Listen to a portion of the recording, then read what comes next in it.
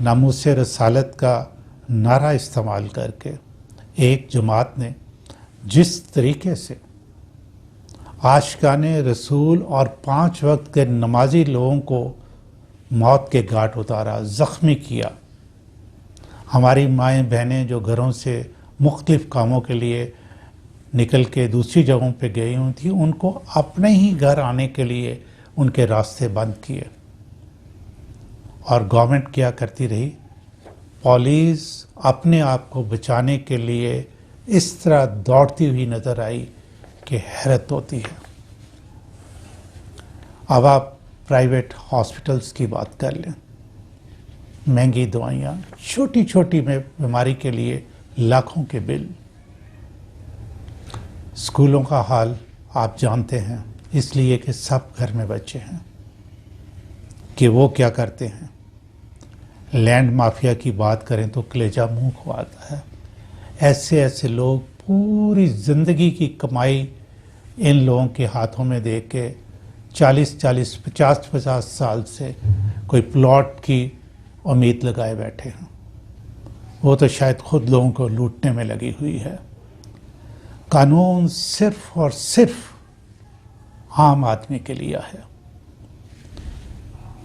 Courts جو فیصلے کر رہی ہے آج کل، یہ اس بات کی گواہی ہے کہ قانون صرف اور صرف عام آدمی کے لیے ہے۔ انفلوئنشل لوگوں کو ریلیف دینے کے لیے چھٹی والے دن بھی کورٹس کھولتی ہیں، اور عام آدمی کے لیے سالوں جیل میں سڑتے ہیں، تاریخ ہی نہیں لگتی۔ کہاں ہیں ہمارے منصف؟ اور یہ کورٹس اور ان کی سپورٹ میں بولنے والی وکلا کی بارز وزیر اعظم پاکستان اور صدر پاکستان کے بارے میں تو اس طرح توہین آمیز ریمارکس دیتے ہیں کہ کوئی اپنے گھر کے ملازم کو بھی اس طرح کہے تو وہ نوکری چھوڑ کے چلا جاتا ہے۔ اب ہماری پولیس اس قابل بھی نہیں رہی کہ وہ کرونا سے بچاؤ کے لیے جو SOPs ہیں ان پہ عمل کروا سکے۔ اس کے لیے بھی ہم نے فوج کو بلایا ہوا ہے۔ ناظرین، آپ خود ہی سوچیں، جب ہمارا ملک اتنا کمزور ہو جائے گا، جہاں انصاف کا نام و نشان نہ ہوگا، تو کیسے قائم رہے گا؟ اور وہ جن کو ہم نے منتخب کر کے اسمبلیوں میں بھیجا، وہاں سے سینٹ میں گئے، اسمبلی اور سینٹ میں کیا ہوتا ہے؟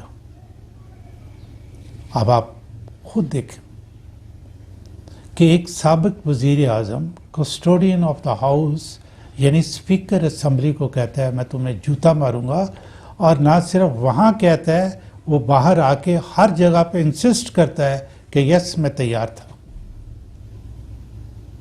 Where is rate of the government? ہمیں ملک کی ضرورت ہے ناظرین، اس دھرتی ماں کی ضرورت ہے ہمیں، ماں جیسی ریاست کی، جو مضبوط ہو، جو جہاں انصاف ہو، تعلیم ہو، صحت کی سہولیات ہوں، روزگار کے مواقع ہوں۔ موجودہ سسٹم میں ہمیں یہ سب کچھ نہیں مل سکتا۔ میں نے مثالیں آپ کو دی ہیں، ان مثالوں کی روشنی میں جو میں کنکلوڈ کر رہا ہوں، آپ خود سوچیں، ہم تباہی کی طرف جا رہے ہیں۔ ہمیں آنکھیں کھول کر دیکھنا ہوگا، بہت دیر ہو چکی، جاگ جاؤ۔ اور ایکشن کس کو کرنا ہے، یہ مجھے آپ کو بتانے کی ضرورت نہیں ہے۔